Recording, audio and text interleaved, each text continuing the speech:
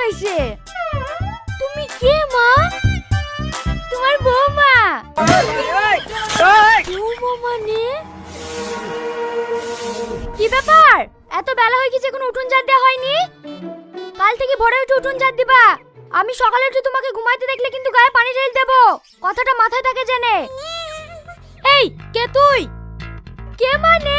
এই বাড়ির মালিক, তাড়াতাড়ি ঝাড় দাও। এই তুমি কোথায় যাচ্ছ? টিউশনে। ঠিক আছে, টিউশন থেকে সোজা বাড়ি চলে আসবা, কোনো ছেলের সঙ্গে কথা বলবে না।